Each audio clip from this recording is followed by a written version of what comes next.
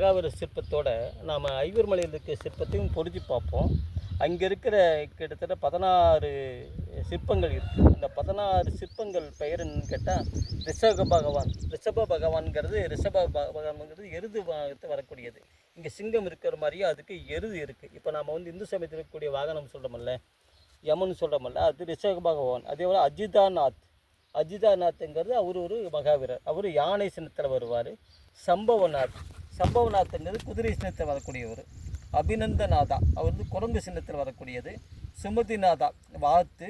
பத்மபிரபா அவர் தாமரை சின்னம். அது ஸ்வார்சவநாதர் ஸ்வஸ்திக சின்னம். அது சந்திரபிரபா அப்படிங்கிறது சந்திரன் சின்னம். அது சுவிநாத் சுவாமி அது புஷ்பதந்த அப்படிங்கிற முதலை அவங்களோட அந்த வாகனத்தில் வரக்கூடியது.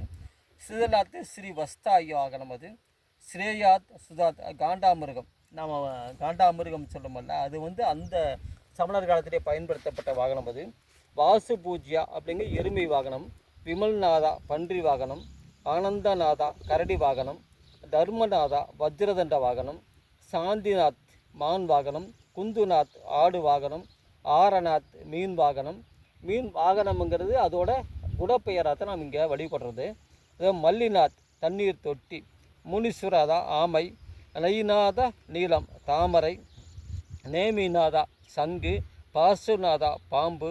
மகாவீரர் சிங்கம். இந்த மகாவீரர் தான் இப்போ நாம் சொல்லக்கூடிய சிங்க வாகனத்தில் இருக்கக்கூடிய. நீங்கள் ஒவ்வொருத்தருக்கும் ஒவ்வொரு நம்ம சின்னம் ஒதுக்கியிருக்காங்கன்னா அதோட குணநலன்களையும் அது தனித்தியல்பும் நம்ம அடையாளப்படுத்தக்கூடியதுக்காகத்தான் இந்த சின்னங்களும் இதோட சின்ன சிற்பங்களும் நமக்கு ஒப்புமைப்படுத்துகிறாங்க. அந்த ஒப்புமைப்படுத்தக்கூடியதும் கீழேயே பதிவு பண்ணியிருப்பாங்க. இப்போ இங்கே சிங்கத்துக்கு பதிலாக குதிரை இருந்தாலோ, யானை இருந்தாலோ, குரங்கு இருந்தாலோ, தாமரை இருந்தாலோ அதோட சின்னங்க வேறு மாதிரியாக இருக்குது. பெரும்பாலும் பார்சுநாதர் மட்டும் நின்றுட்டுருப்பார், மற்றவங்கெல்லாம் உட்காண்ட்ருப்பாங்க. அந்த உட்காண்ட்ருப்பவங்க தான் இப்போ நாம் இதை பதிவு பண்ணியிருக்கோம். மகாவீரர் தீர்த்தங்கரர்னு நம்ம சொல்கிறது. இங்கே சமணர்கள் ஒழுக்கமாக இருந்ததுக்காகவும் அவங்க எந்த அளவுக்கு நேர்மையாகவும் சமூகத்தில், அதாவது இந்த அவங்க சொல்லக்கூடிய படிப்பினை அவங்க எந்த அளவுக்கு நேர்மை இருந்ததுன்னு சொல்கிறதுக்கான தான் இந்த சான்றுகள் எல்லாமே அவங்க வெளிப்படையாக பதிவு பண்ணியிருக்காங்க.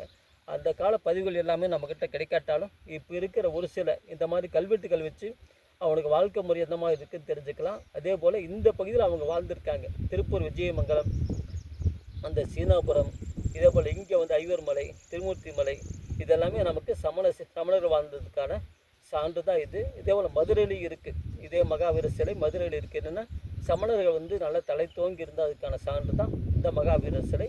இதை நம்ம இன்றைக்கி பதிவு பண்ணுவோம்.